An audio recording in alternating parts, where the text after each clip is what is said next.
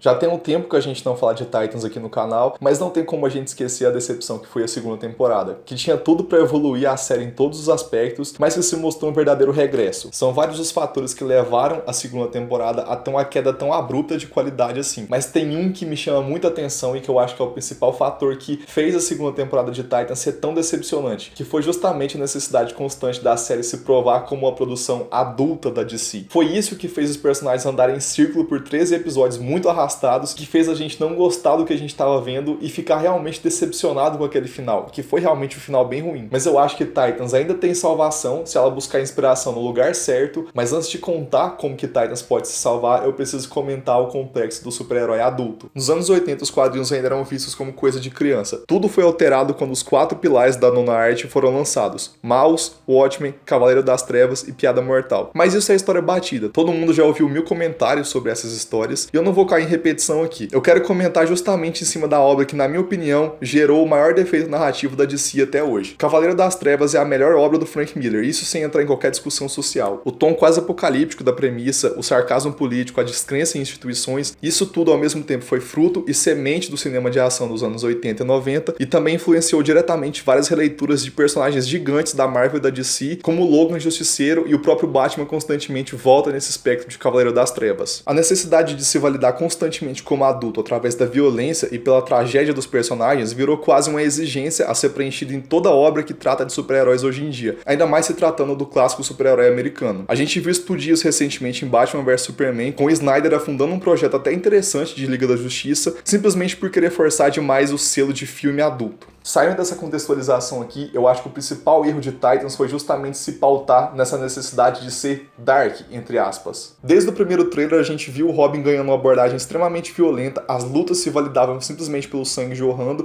e não me entendam mal, eu acho que isso não é necessariamente um defeito. Demolidor da Netflix ou o próprio Justiceiro na primeira temporada fizeram um uso cirúrgico da violência como uma narrativa de ação, com foco justamente no retrato das realidades urbanas caóticas, mas em Titans não vimos nada nesse sentido para justificar a brutalidade dos heróis em formação. Indo além disso, eu acho que a violência descompromissada por si só não chega a ser um defeito. A gente tem, por exemplo, Deadpool, que faz um uso excepcional disso e que não é problema nenhum dentro daquele contexto. Até porque todo mundo já se divertiu vendo um filme do Tarantino ou jogando Doom, por exemplo, que são sim violências exageradas e sem um motivo dentro da narrativa, que só estão ali por estilo, mas que é divertido. Mas ficou evidente em Titans que a violência aqui dentro da história tinha um papel de validação dessa produção. É como se o tempo todo os produtores falassem pro público: olha, a gente não é uma história da Marvel, a gente é adulto e violento.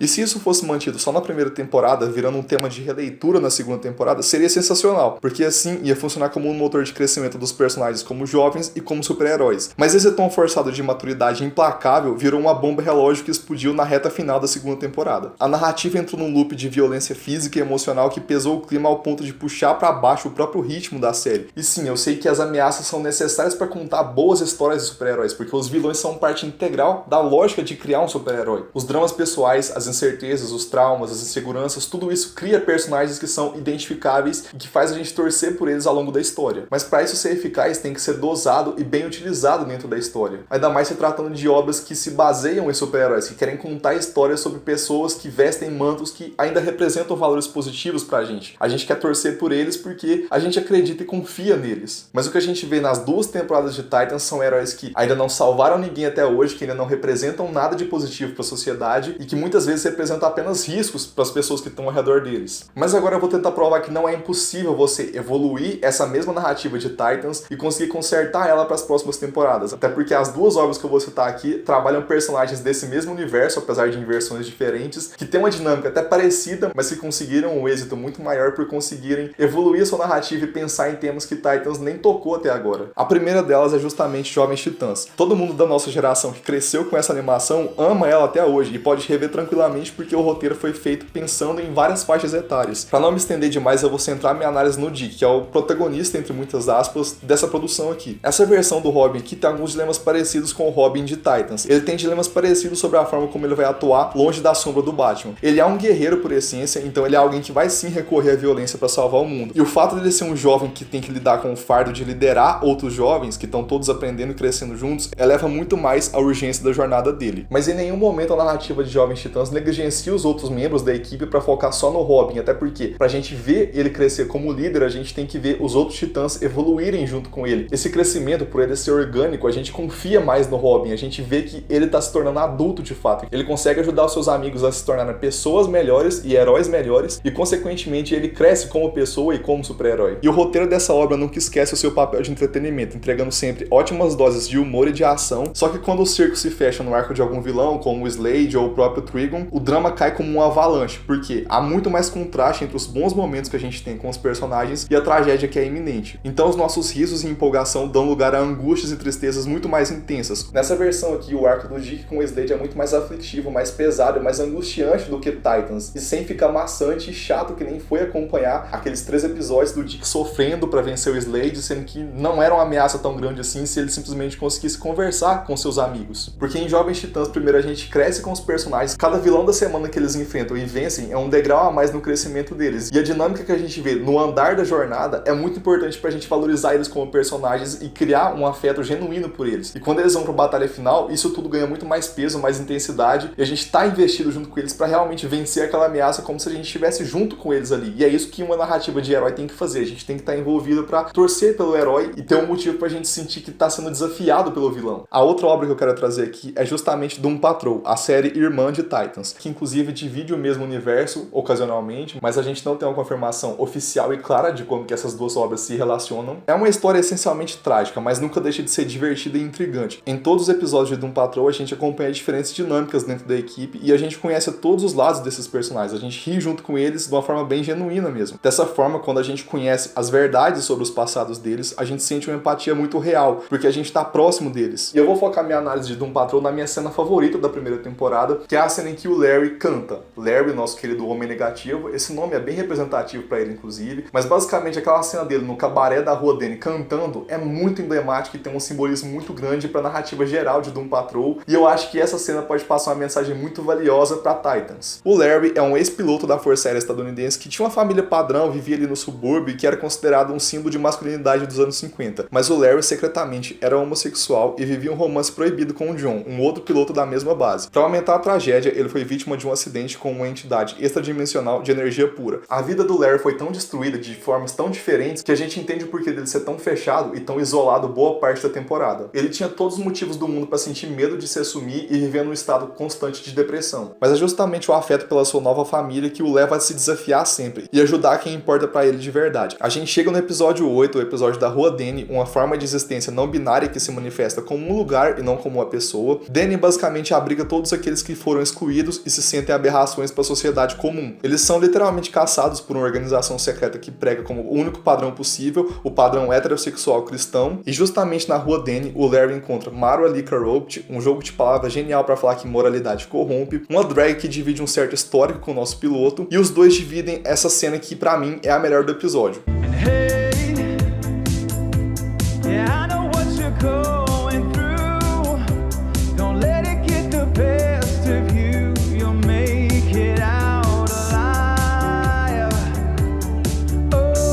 People like us, we gotta stick together. Keep your head up, nothing lasts forever. Here's to the damned, to the lost and forgotten. It's hard to get high when you're living on the bottom. E o simbolismo dessa cena é muito forte porque ela fala sobre aceitação, sobre representatividade e sobre a sua voz interior que você tem medo de expor pro mundo porque o mundo pode te ferir. Mas o que Doom Patrol quer provar é que esses heróis totalmente quebrados que a gente acompanha, eles simbolizam justamente isso. A coragem que você pode ter pra se revelar como você é de fato. E nessa cena a gente vê o Larry finalmente se revelando e tirando as bandagens tanto físicas quanto emocionais pela primeira vez na série. Como público a gente fica genuinamente feliz por ele, de tão intimista que foi a escrita do personagem. Mas aí vem aquele corte final. Oh, people like us, we gotta stick together. Keep your head up, nothing lasts forever. Here's to the damned, to the lost and forgotten. It's hard to get high when you're living on the bottom. We are all misfits living in a world on fire. Singing for the people like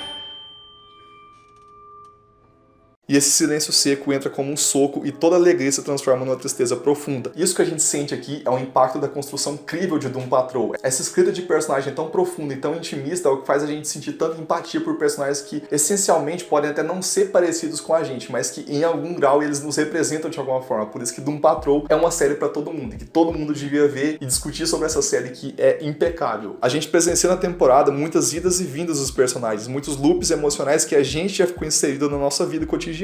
E isso acontece justamente porque eles são escritos como pessoas antes de serem escritos como heróis. E isso eleva o peso dos riscos que eles correm, a tristeza das quedas deles e a felicidade que a gente sente em cada evolução dos personagens. E essa cena só acontece aqui dessa forma tão magistral porque ainda não era o momento pro Larry se abrir. Ele tinha que aprender algumas coisas e a gente como público também. Mas agora eu preciso voltar pra Titans. De tudo isso que eu falei de Jovens Titãs e de Doom Patrol, a gente não viu nada em Titans. O drama da segunda temporada foi tão arrastado e forçado que perde o impacto e o sentido já no episódio 5. É possível quase sentir os fios do roteiro puxando a gente pra sentir uma tristeza que não é nada natural. A mensagem que os criadores passam pro público é que crescer machuca e que ser adulto é muito triste. Em momento algum eu me senti representado por algum herói de Titans, coisa que eu senti muito em Doom Patrol e em Jovens Titãs, que são narrativas muito mais maduras que Titans, que fica preso nesse dilema de ser adulto através da violência, que uou, sou sombrio, dark, uhul, mas não é assim que funciona. Os dramas dos personagens de Titans não são identificáveis porque é uma espécie de tragédia enlatada. E olha que nos melhores momentos da temporada a gente fica envolvido com os personagens, tipo aquele arco do Dick na prisão. A maioria das cenas do Gar também são legais, e eu acho que o Connor, que é um acerto integral da temporada, até mesmo o Bruce dançando é uma cena que fez a gente ficar envolvido, a gente riu, a gente se divertiu, coisa que quase não acontece em Titans. E por falar no Bruce Wayne, boa parte da culpa do erro de Titans vem justamente dele. O nosso Cavaleiro das Trevas não tem saúde emocional alguma e contamina todos os Robins que convivem com ele. Mas o Dick é quem sofre mais. Ele nunca aprendeu a pedir ajuda, a conversar, a admitir seus medos e sua culpa. Ele engole tudo até implodir em pura negatividade que nunca vai permitir que ele seja de fato um bom líder. Talvez o que poderia salvar Titans era um episódio unicamente de terapia em grupo, coisa que Doom Patrol fez e que funcionou perfeitamente bem. O Dick foi escolhido para ser o fio condutor das duas primeiras temporadas de Titans, e a gente viu ele passar pelos piores momentos da sua vida sem a gente sequer ficar impactado ou sentir empatia pelo seu sofrimento, porque é tudo tão raso, tão arrastado e tão pseudo-adulto que não parece uma pessoa de verdade. E mais uma vez, a necessidade de Titans de se provar como uma narrativa adulta, forçando esse tom sombrio, triste, melancólico, como se virar adulto fosse uma tristeza constante. Sim, a gente sabe que é difícil virar adulto, mas não é 100% do tempo que a gente sofre. A gente tem dilemas, a gente tem questionamentos, mas a gente também sabe que tem um outro lado da moeda, que é justamente o lado da gente aprender com os nossos erros e criar laços que são positivos para nossa vida, porque a gente de fato ganha autonomia nessa fase. E justamente numa história de super-heróis a gente queria ver essa inspiração, a gente queria sentir que essa transição de jovem adulto para adulto poderia ser benéfica e positiva, mas depois de ver Titans, você quer imediatamente voltar a ser criança. E essa nova versão dos Titãs da DC são tratados sim como jovens adultos, mas parece que os criadores pegaram só a parte ruim da vida adulta e esqueceram totalmente a parte jovem da coisa, que é justamente o aprendizado que a gente adquire nessa fase, os erros que a gente comete nessa idade, que são cruciais pra gente crescer como ser humano, e até mesmo as conquistas mais importantes que a gente adquire nessa fase, que é a nossa independência, a nossa maturidade começando a desabrochar. E na série a gente não vê nada disso, a gente só vê um drama, uma enrolação, um monte de jogo e intriga que não leva a lugar nenhum e que não é saudável pra gente ver acontecer com super-heróis, que eram pra ser em tese símbolos de valores positivos. Talvez pra Titans se salvar eles devam ignorar essa necessidade constante de se validar como uma série adulta e assumir de vez que a DC pode ter sim um lado mais teen, um lado mais jovem, que sempre foi muito vivo no grupo, até mesmo nos quadrinhos originais. E lembrar que crescer é uma dose dinâmica entre sofrimento e alegria. E talvez devemos se lembrar também da principal mensagem daquela cena maravilhosa de Doom Patrol: todo mundo merece ser feliz, até mesmo o Batman.